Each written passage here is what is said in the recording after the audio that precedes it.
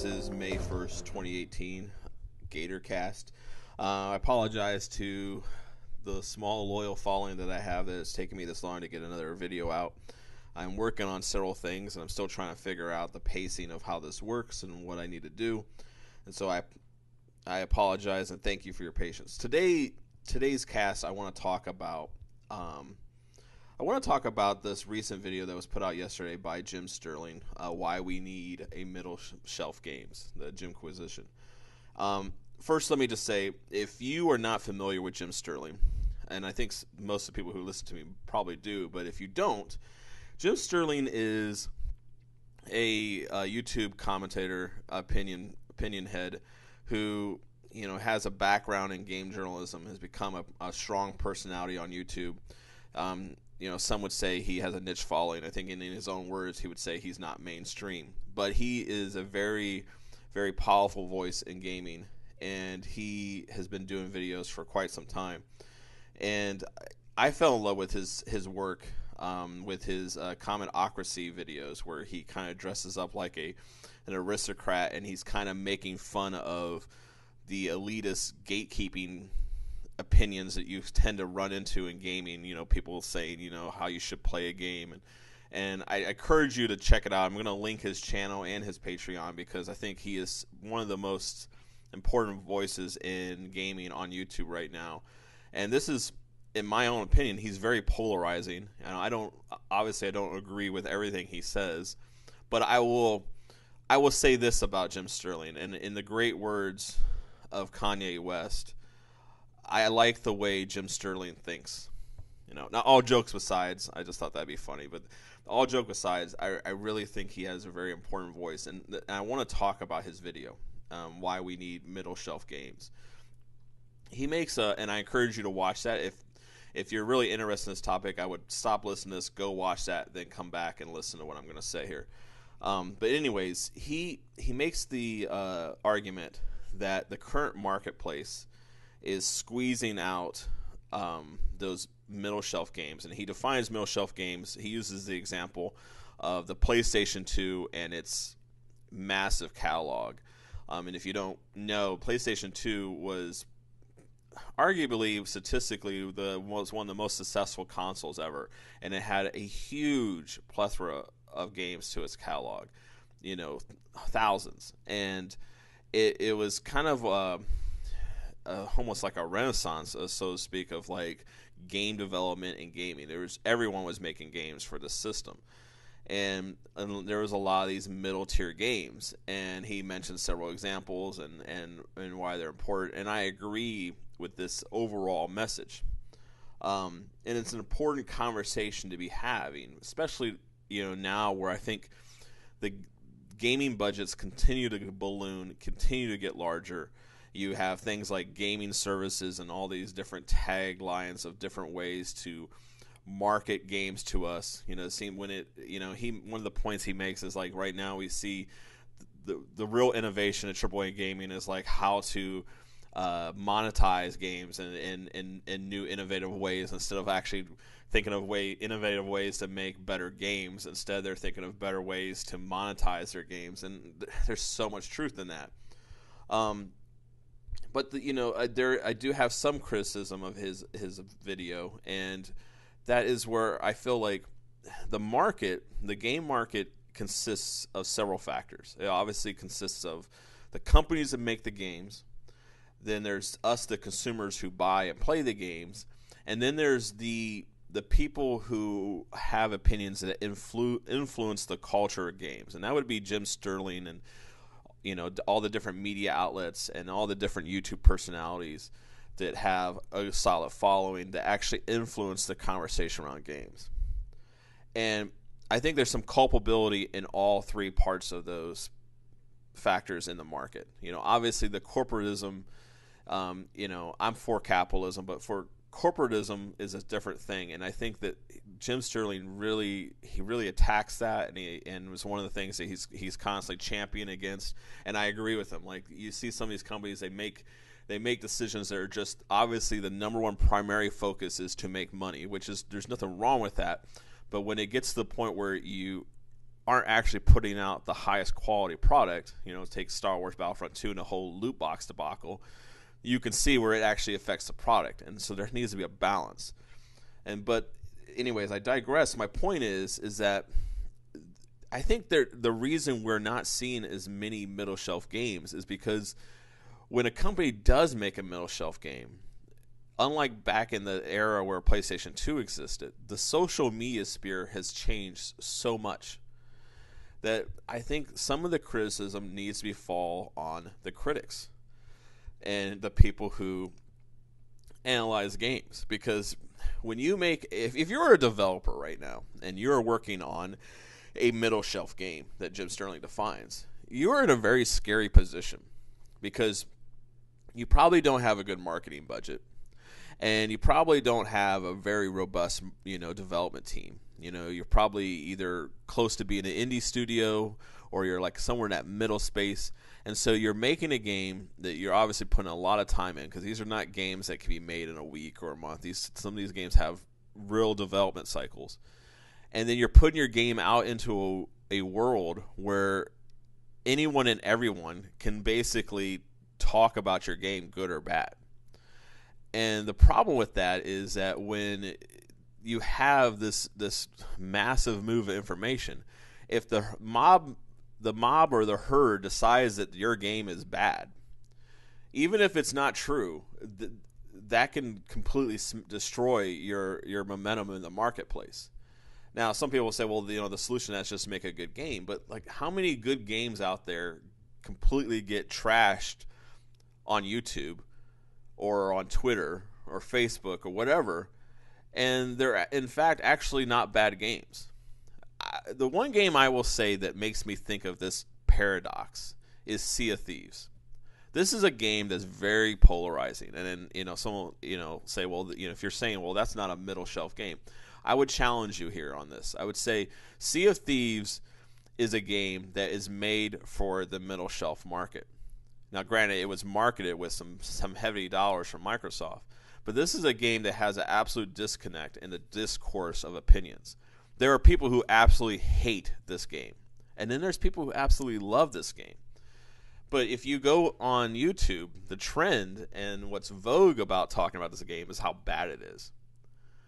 And think about that. This is a game that has a lot of marketing dollars. Now, I'm using this example because Sea of Thieves has a massive marketing budget.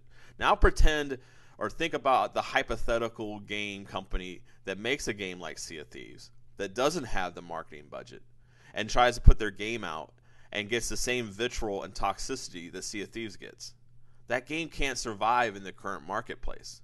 So we do need more middle shelf games, but we as gamers need to have more professional restraint, especially us ones who have voices on YouTube. There's an old expression that it goes with about writing and arguing with someone who's a writer. Don't ever get in an argument with someone who buys ink by the barrel. Well, that's kind of where I think one of the caveats or one of the problems with game developers have to face is that you make a middle tier game, and if there's something wrong with your game, like the launch is rocky or there's some bugs that I think a rational person would be like, well, that's a problem, but it doesn't ruin the game. It doesn't matter if someone who buys ink by the barrel decides to shit on your game, because then you're screwed. Because we have this thing in society called mob mentality, and if you're listening to me and you've never heard that expression, Google mob mentality and look at that. That's a psychological effect where someone with a lot of influence can put out an opinion, and then people will take that opinion, absorb it, and it becomes their own without even thinking. That happens so much in every facet of life, but particularly in this case, in this example, in video game industry, it's one of the problems. But I actually thought about this whole conversation that Jim Sterling presented, because just recently I was playing a game, and something about me, the way I play video games differs. I have games that I play by myself that I enjoy, or with people that I know online. I have games that I play with my children, and believe it or not, there's games that I play with my wife. Now, my wife is, I would say, arguably a very, very casual gamer. She probably wouldn't play video games if it wasn't for her marrying someone who loves video games like myself. So one of the things, as you know, a couple do, we try to do things together we both enjoy, and one of the things that she'll do is try to find video games that we can play together that we'll both enjoy. And one of the games I most recently discovered, which is a middle shelf game, is called ABC Murders by Agatha Christie. It's based off the book. It's a game developed by Artifact Studios, and it's on Xbox and PlayStation, PC. And it's a point-and-click mystery game. And it's definitely in that category of middle shelf games. This game is not a AAA game, and it's not necessarily a small indie game either. It's a middle shelf game. And here's the thing about it: it's a good game. I could see it, not getting the best reviews because it's a very niche game. It's a point and click. It's a mystery game, so if you don't like mysteries, that's going to be a problem. If you don't have the patience for point-and-click games or puzzle games, you're not going to like it. So it's got a lot of simplicity to it. But it was absolutely a delight to play this with my wife. It was a lot of fun. It was a game that I probably wouldn't have played if it wasn't for my wife, but I did actually really enjoy it. Now, this is a game that is, by all accounts, what Jim Sterling talks about is dying. These games are getting squeezed out of the marketplace. And, I would say, and the reason why I brought up Sea of Thieves is that there's this great YouTube video by ProZD, and I'm going to link it, where he kind of makes this joke about, one of the problems with games that are in this middle tier is that there'll be people who like them. But the people who hate them, they will hate the game so much that they'll actually hate the people who like the game. And so we have a problem with just how social media interacts with this medium. Video games is starting to grow up at the same time as the social sphere grew up. And so one of the problems is like the opinions that flow around video games are tied directly into social media. And I think it's actually just a really tough spot for video game developers, and it's something to think about. And that's what I wanted to talk about today. I appreciate you listening to my rant. I encourage you to check out Jim Sterling's video and see what you think. I think it's just a very poignant opinion piece, and I think it's a very important one to have. And I want to know what you guys think. Do you think that all the blame is on companies, or most of the blame? Do you think this is a problem that us gamers actually perpetuate by being so harsh on games that we don't like? Because I kind of feel like, as a gamer, if there's a game that I like, but then there's a popular trend that a lot of people don't like it, it's like you don't want to go out there and be like, I like this game, because tons of people will jump on you. Well, that game is shit. You're stupid for liking that game. There's this attitude about certain games in the social media sphere where you can't be a vocal fan of it because you'll be immediately tagged as a fanboy. Because if someone decides this game is crap, let's say again going back to Sea of Thieves. Obviously, I've made a video about Sea of Thieves. I like Sea of Thieves. I don't have time to play it every day, but I do. When I have had chances to play it, I enjoyed it.